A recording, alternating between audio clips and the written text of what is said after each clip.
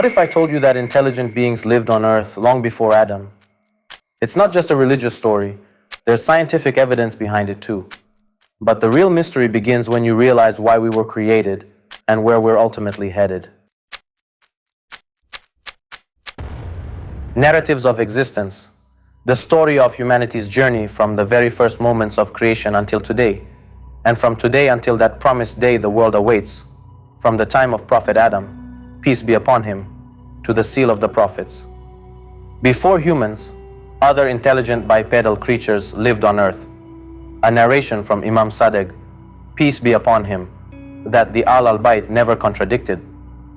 Imam Sadegh said, millions of beings lived on earth before humans. In fact, when the angels asked Allah in Surah Al-Baqarah verse 30, will you place upon it one who causes corruption and sheds blood? It indicates they had seen something similar before. Historical and anthropological findings confirm this. For example, in the Shanidar cave in Iraqi Kurdistan, the bones of Neanderthals were discovered, a people who lived brutally violent lives. Then came the Homo sapiens, who intermarried, and we are a branch of them. But among them, Allah set apart Prophet Adam and his wife Eve. This answers the question of whom their children married, other Homo sapiens. Gradually, the human brain developed, but it was not designed for urban life. Human biology was shaped for small group living and hunting. When agriculture emerged, humans had to settle to protect their land, and this marked the beginning of new struggles. Meat was once their primary food, but now rice and wheat were added. Increased food production and settlement led to population growth, forming villages and cities. Every group had its own chief or king, and together they built empires. But humanity always had a fundamental question: why am I here? Who am I? They no longer hunted as before. They learned to craft traps and throw spears. Neanderthals fought wild animals so fiercely that nearly all their bones were broken. Internal power struggles began, forcing humans to engage the frontal lobe, the human part of the brain. Interestingly, people in Southeast Asia have more neurons in this region because from childhood they had to navigate complex social rules in dense populations. Now socialized, humanity sought God, but first turned to sorcerers and shamans. Prophets came to pull them away from magic and toward reason and morality. Prophet Noah, peace be upon him, brought 7 laws. After the flood, the rainbow became a sign of its end, with each color symbolizing a commandment. Prophet Moses, peace be upon him, brought the 10 commandments, the foundation of Judaism. From him to Prophet Jesus, peace be upon him, many prophets came, battling idolatry, yet people kept regressing. Some even burned their children for demons. Allah presented the story of Prophet Abraham and the sacrifice of Ismail, peace be upon them, to abolish child sacrifice. For example, when Prophet Moses' people worshipped the golden calf, Allah commanded them to sacrifice it to shatter their mental idolatry. Prophet Abraham smashed the idols and placed the axe on the largest one. When asked, who did this?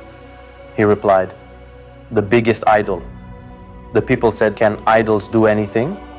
Abraham retorted, then why worship them? Have you no reason? By the time of Prophet Jesus, humanity had advanced, money existed. He forbade usury, whereas in earlier prophets' eras, even coins were not minted. Humans gradually learned writing, paper was invented, and transportation developed. What Prophet Solomon, peace be upon him, achieved through miracles, moving massive objects, we now do with airplanes. It's as if the world is preparing for something monumental.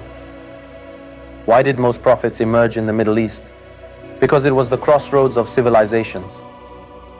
A prophet like Abraham had to go to Palestine, between Africa, Asia, and Europe. Judaism, Christianity, and Islam all descend from Abraham. Yet Allah sent his final prophet to the most backward region, which is the Arabian Peninsula, a land with only 17 literate people, where baby girls were buried alive, and war was seen as a virtue. If Islam could transform these people, it could transform anyone. The Prophet Muhammad's miracle was read. In a society that buried daughters alive, practiced slavery, and normalized vile marriages, cultural change was no easy task. Even Umar ibn al-Khattab was born from a marriage with 10 potential fathers. In wars, enemies were dismembered, yet, when Imam Ali, peace be upon him, killed Amr ibn Abdavad, he did not mutilate his body. Even Umar's sister acknowledged this nobility, that society resisted change. When a verse was revealed, they listened, but they did not listen to the Prophet. For example, Surah An-Nur commanded, "Seek permission before entering the Prophet's house." People lingered until midnight, disturbing him, but he listened patiently. He lent his mount to others and walked. Children raced to greet him first, yet none could outpace him. At the Battle of Badr, prisoners were freed if they taught Muslims literacy. Though true Islam was stifled after Saqifa, Iran, Egypt, and Indonesia embraced it, had the Prophet's complete and true Islam prevailed, we'd see greater miracles. Why wasn't the Quran distorted? Because for 1400 years, humanity could preserve texts. Today, the internet spreads news in seconds.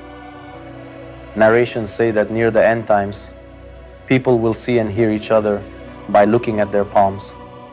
Now, students at Harvard protest for Gaza because despite censorship, the truth spreads. The ultimate goal of prophethood is the reappearance. When Imam Mahdi, may Allah hasten his return, comes, he will be the closest to the Prophet in character and appearance. He will even use technology, narrations say. When his global administrators face any problems, they are asked to look at their palms to seek answers. Whatever Satan does ultimately benefits the believers. His trials distinguish true faith. Humanity must search everywhere to realize that only the Ahlulbayt can solve the world's crises.